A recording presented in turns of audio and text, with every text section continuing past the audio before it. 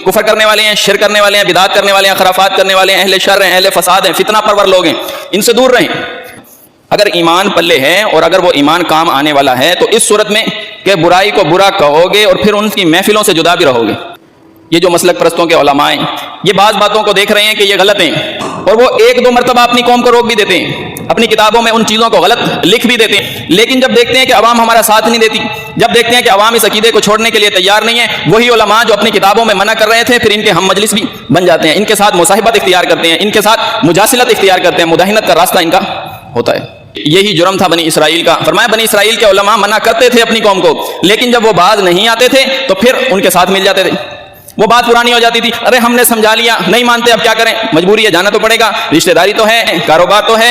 फिर उनके साथ उन महफिलों में, उन मजलिसों में जो अल्लाह की आयात के कुफर के ऊपर होती हैं, जो रसूलुल्लाह सल्लल्लाहु अलैहि वसल्लम की तालीमात के मजाक उड़ाने के ऊपर होती हैं, उनको इख्तियार कर लेते हैं।